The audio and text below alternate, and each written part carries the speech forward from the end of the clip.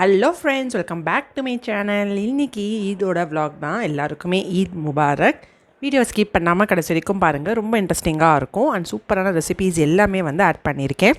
வாங்க இப்போ வீடியோக்குள்ளே போயிடலாம். டே நைட்லேருந்து vlog எடுக்க ஆரம்பித்தாச்சு. ட்ரெஸ்ஸெல்லாம் அரேஞ்ச் பண்ணிகிட்ருக்கேன். குட்டீஸோட ட்ரெஸ் எல்லாமே ஹேங் பண்ணி வச்சிட்டேன்னா நெக்ஸ்ட் டே எடுக்கிறதுக்கு ஈஸியாக இருக்கும்.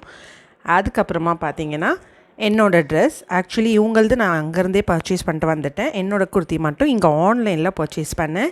இது அந்த தஷல் ஒர்க் வச்சு ஃப்ரண்ட்லலாம் ரொம்ப சூப்பராக இருக்குது. கலரும் நல்ல கலர். அண்ட் இது பார்த்தீங்கன்னா ஃப்ளிப்கார்ட்டில் தான் ஆர்டர் பண்ணியிருக்கேன். இதோட லிங்க் கீழே கொடுக்குறேன், வேணுவங்க செக் பண்ணிக்கோங்க. ப்ரொமோஷன்லாம் கிடையாது, ஜஸ்ட் நான் வாங்கியிருக்கிறதுனால தான். இதுக்கு பார்த்திங்கன்னா ஒரு சிம்பிளான ஈஸி ஸ்வீட் தான் அகர் அகர் செஞ்சுக்கிட்ருக்காங்க. ஸோ அகர் அகர் ஆல்ரெடி நம்ம சேனலில் இருக்குது, வேணுன்றவங்க மறக்காமல் கீழே லிங்க்கை கிளிக் பண்ணி பார்த்துக்கோங்க. ஸோ இதை பார்த்திங்கன்னா க்ரீமி கன்சிஸ்டன்சி வர மாதிரி அந்த அகர் அகரை நல்லா மெல்ட் பண்ணி அதை ஒரு பிளேட்டுக்கு ட்ரான்ஸ்ஃபர் பண்ணி அது சில்லுன்னு சர்வ் பண்ண வேண்டியது தான்.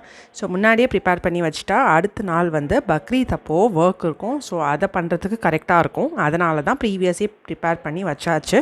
ஸோ இது ஈஸியான ரெசிபி தான், இதுக்குன்னு கிடையாது. வீட்டில் அகர் அகர் இருந்தாலே கண்டிப்பாக ட்ரை பண்ணி பாருங்கள். குட்டீஸுக்கெலாம் ரொம்ப ஃபேவரட் அண்ட் ஈஸியான ஸ்வீட் ரெசிபியும் கூட. ஸோ இது நல்லா பார்த்தீங்கன்னா இப்போ க்ரீமி கன்சிஸ்டன்சிக்கு வந்தாச்சு. இது அப்படியே பார்த்தீங்கன்னா பிளேட்டில் தூக்கி ட்ரான்ஸ்ஃபர் பண்ணி ஃப்ரிட்ஜில் எடுத்து வைக்க வேண்டியது தான்.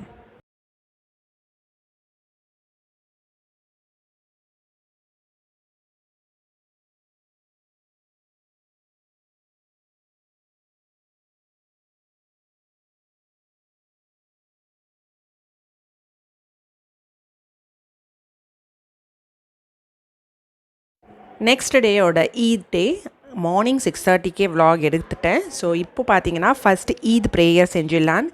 இந்த டைம் பார்த்தீங்கன்னா எங்கள் அம்மாவோட வந்து நான் இங்கே ஈத் கொண்டாடிட்டுருக்கேன். லாஸ்ட் யூஏயில் வந்து அது துபாயில் ஹஸ்பண்டோட செலிப்ரேட் பண்ணிகிட்டு இருந்தேன். இந்த தடவை இங்கே வந்து பண்ணிகிட்ருக்கோம். ஸோ ஈது முடிச்சுட்டு மார்னிங் பிரேக்ஃபாஸ்ட் இட்லி, வடை, சாம்பார். ரொம்ப சிம்பிளான பிரேக்ஃபாஸ்ட் தான். ஏன்னா பக்ரீத் அப்போது நிறைய வந்து ஐட்டம்ஸ்லாம் இருக்கும் ஆஃப்டர்நூன். ஸோ அதை சாப்பிட்றதுக்கு நமக்கு ஸ்டொமக்கில் கொஞ்சம் இடம் வேணும்.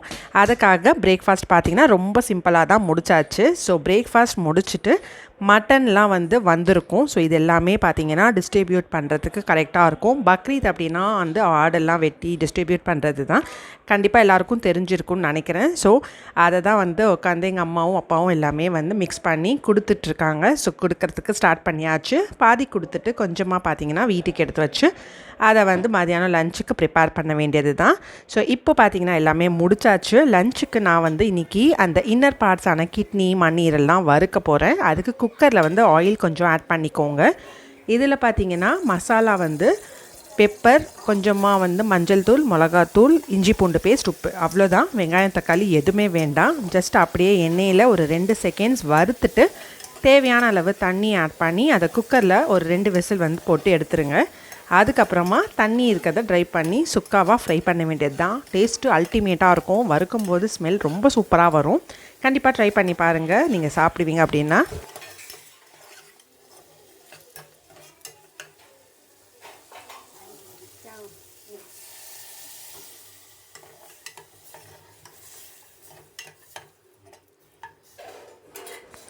தண்ணி கொஞ்சம் ஆட் பண்ணி லிட் வச்சு கவர் பண்ணிவிடுங்க. ஒரு 2 விசிலுக்கு அப்புறமா மறுபடியும் நான் ஓப்பன் பண்ணுறேன். ஸோ பாருங்கள், நல்லா வெந்திருக்கு. இங்கே இருக்கிற தண்ணியை இப்போ நம்ம கடாயில் போட்டு நல்லா ட்ரை பண்ண போகிறோம். ஸோ அந்த சைட் பார்த்திங்கன்னா ஆல்ரெடி ஃப்ரை ஆகிட்டுருக்கு. ஸோ அதை இறக்கிட்டு இந்த மட்டனோட லிவரை அதில் போட்டு இந்த மாதிரி நல்லா ட்ரையாக வறுத்துக்கோங்க.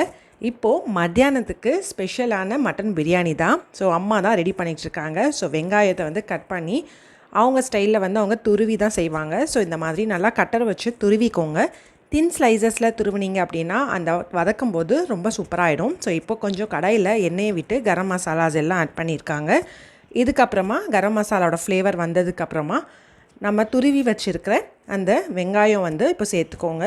ஸோ வெங்காயம் நல்லா ப்ரௌன் கலர் ஆனதுக்கப்புறம் தான் நம்ம 1 by 1 எல்லா இன்க்ரீடியண்ட்டும் ஆட் பண்ண போகிறோம்.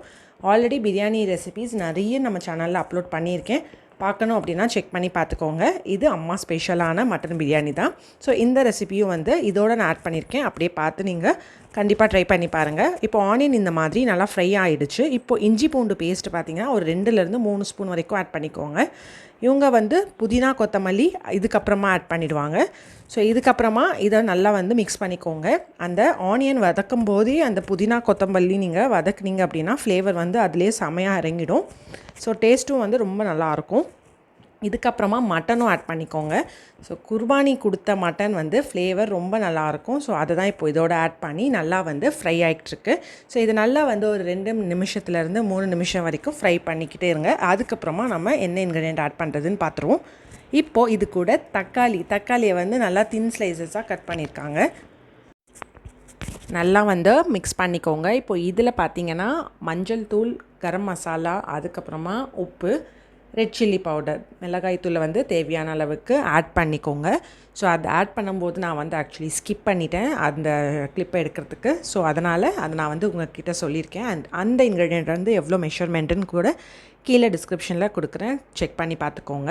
ஸோ இதை நல்லா மிக்ஸ் பண்ணிவிட்டு இப்போ வந்து மட்டனை வந்து நல்லா வேக வைக்க போகிறோம். ஸோ இதிலே வந்து நல்லா வேகட்டும். இப்போது நம்ம இந்த பிரியாணி வந்து இங்கே ரெடி ஆகிட்டுருக்கு.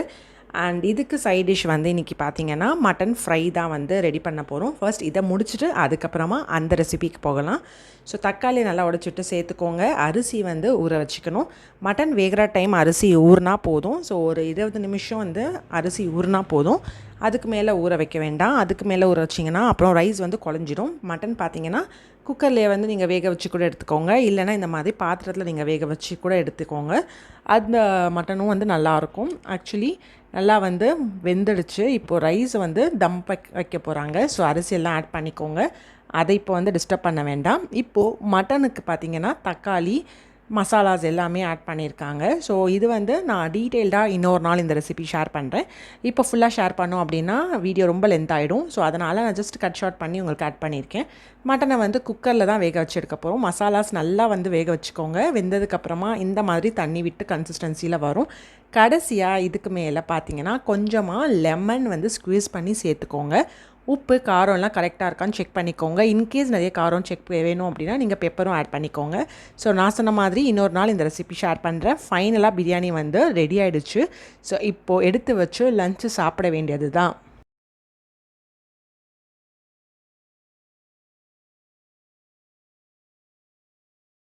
A few moments later. Lunch time வந்தாச்சு. செஞ்ச ஐட்டம்ஸ் எல்லாமே ஒன் பை ஒன்னாக நான் வந்து டேபிளில் அரேஞ்ச் பண்ணிகிட்ருக்கேன். ஹாட் பாக்ஸில் பிரியாணி எடுத்து வச்சாச்சு. வறுத்த மட்டன் வந்து இங்கே ரெடி ஆகிருக்கு. இது கூட தயிர் பச்சடி. ஸோ பிரியாணி, மட்டன், தயிர் பச்சடியோட டேஸ்ட்டு வேறு லெவலில் இருக்கும். கண்டிப்பாக இந்த பிரியாணி வந்து ட்ரை பண்ணி பாருங்கள். அண்ட் இந்த vlog வந்து இதோட இன்னைக்கு முடியுது. ஸோ நான் செஞ்சுருக்கிற ரெசிபீஸ் கண்டிப்பாக ட்ரை பண்ணி பாருங்கள். இந்த ஈத் vlog கண்டிப்பாக உங்களுக்கு பிடிச்சிருக்குன்னு நினைக்கிறேன். பிடிச்சிருந்துச்சுன்னா மறக்காமல் சேனலை லைக் பட்டனோட சப்ஸ்கிரைப் பட்டனையும் ப்ரெஸ் பண்ணி வச்சுக்கோங்க. இன்னும் இந்த மாதிரி இன்ட்ரெஸ்டிங்கான ரெசிபீஸ் வீடியோஸோட vlog வீடியோஸும் பார்க்கணும் அப்படின்னா தரீன்ஸ் vlog சேனலை மறக்காமல் சப்ஸ்கிரைப் பண்ணிக்கோங்க. இந்த வீடியோ பிடிச்சிருந்துச்சுன்னா உங்கள் ஃப்ரெண்ட்ஸ் அண்ட் ஃபேமிலியோட ஷேர் பண்ணிக்கோங்க. நீங்களும் கண்டிப்பாக என்ஜாய் பண்ணிக்கோங்க. வேறு இன்ட்ரெஸ்டிங்கான வீடியோஸில் அகெயின் நான் உங்களை மீட் பண்ணுறேன். அது வரைக்கும் ரொம்ப சேஃபாக இருங்க. வீடியோவை பார்த்து என்ஜாய் பண்ணிக்கிறேங்க.